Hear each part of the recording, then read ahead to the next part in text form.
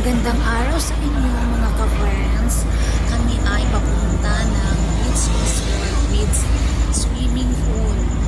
Dito kami ay papaalis na patungo kami sa pupuntahan namin dahil birthday ng anak ko ngayon. Nakarating na kami sa aming pupuntahan ngayon. Papakita ko lang sa inyo yung aming room na inoccupy namin. Dito, yun. Nakita ko yung maganda namin. Yan, maganda, di ba? Mayroon siyang ref. Napakalinis.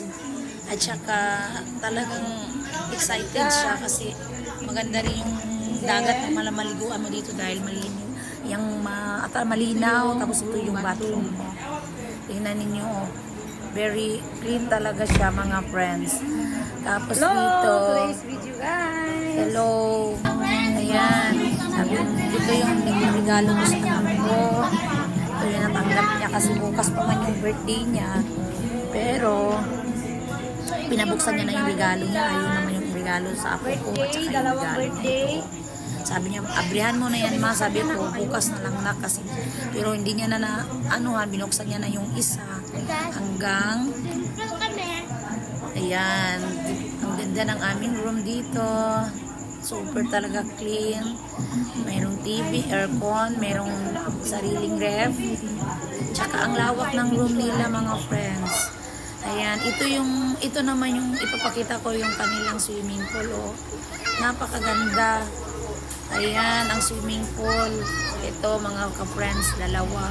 Yung dito na side, malalim. Yung dito naman, mababaw. So, at saka yung doon banda sa likuran, yung nakikita nyo yung doon banda, yan yung dagat. At saka napakalinis ng dagat.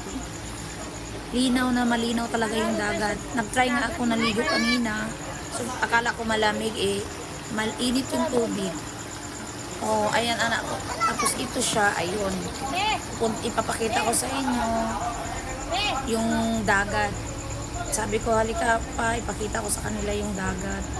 Kasi kameraman ko dyan yung asawa ko. Tapos sabi, ito pa, pumasok muna ako sa kwarto dahil ipakainin ko pa yung anak ko dahil wala pa yan sila yan, dinner. Ayun, gabi na, mga 6 na ito siya. Pakita ko sa inyo yung ginawa nila, yung kainin namin ngayong dinner. Ayan, yung chop suey. Tapos, apritada na manok. May bihon na pansit. Yan yung panggabihan namin. Kasi bukas pa yung party namin. Pero nag-decorate na kami dahil birthday naman din kasi ng apo ko. Ayan.